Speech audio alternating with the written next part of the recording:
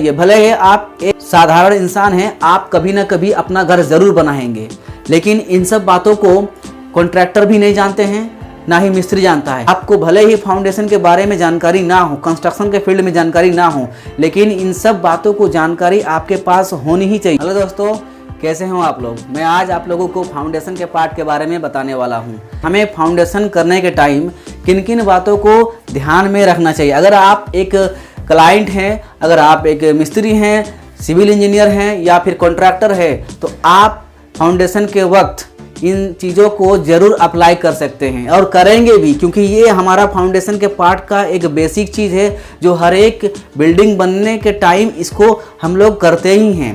सबसे पहला पार्ट होता है फाउंडेशन का। हम लोग लेआउट करने के बाद हमें लेआउट का फुटिंग का ओरिएंटेशन पता चल जाता है कि फुटिंग कहाँ करना है।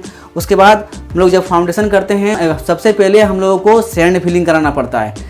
वहाँ पर जितना बड़ा हमारा फाउंडेशन का एरिया होगा उस जगह पे पूरा में सैंड फिलिंग कराना होगा। 4 इंची से 8 इंची तक हमारा CPWD नॉर्म्स के अकॉर्डिंग। उसके बाद हम लोग PCC करते हैं। PCC कितना हाइट तक करेंगे, वो भी 4 इंची से 6 इंची तक हम लोग PCC करते हैं। ये हमारा CPWD नॉर्म्स के अकॉर्डिंग ही हम लोग इसको चलते हैं और आप इसको ज़रूर अप्लाई कीजिएगा अपने साइट पर। अगर आप एक क्लाइंट है, कोई घर बना रहे हैं, अगर आप एक मिस्त्री हैं या फिर कॉन्ट्रैक्टर हैं, तो ये चीज़ आपके घर बनते टाइम आप ध्यान में रखिएगा कि ये काम हमारे फाउंडेशन में हो रहा है या नहीं। इसको आप ज़रूर देखिए। आपको भले ही फाउंडेशन के बारे में जानकारी ना हो, कंस्ट्रक्शन के फील्ड में जानकारी ना हो, लेकिन इन सब बातों को जानकारी आपके पास होनी ही चाहिए। और मैं आपको ये सब जानकारी अपने इस चैनल के माध्यम से देता रहूँगा। तो क्या होता है कि फुटिंग का जो हम बता दिए, हमको सबसे पहले सैंड फिलिंग करना है 4 से 8 इंची के बीच। उसके बाद उसी के ऊपर हम लोग क्या करते हैं, PCC का बेड हम लोग बिछा देते हैं। कितना? 4 इंची से 6 इंची के बीच। 4 से 6 इंची के बीच हम लोग उसको बिछाते हैं। मतलब 100 mm से 150 mm के बीच PCC हम लोग को करना है।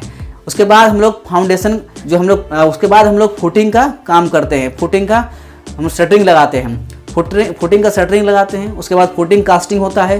फुटिंग कास्टिंग हम लोग होने के बाद पेडेस्टल उसमें दिया जाता है। पेडेस्टल को हम नेचुरल ग्राउंड लेवल तक हम लोग लेके जाते हैं पेडेस्टल को।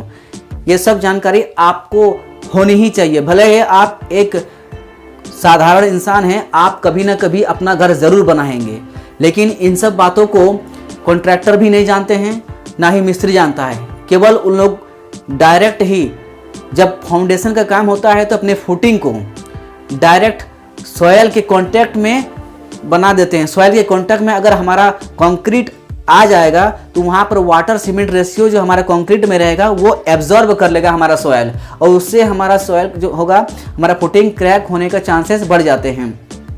क्योंकि अगर हम जब घर बनाते हैं तो घर का सारा लोड, जितना भी हमारा बिल्डिंग्स का लोड होगा, सारा लोड को ट्रांसफ़र करके फुटिंग तक लेके आता है।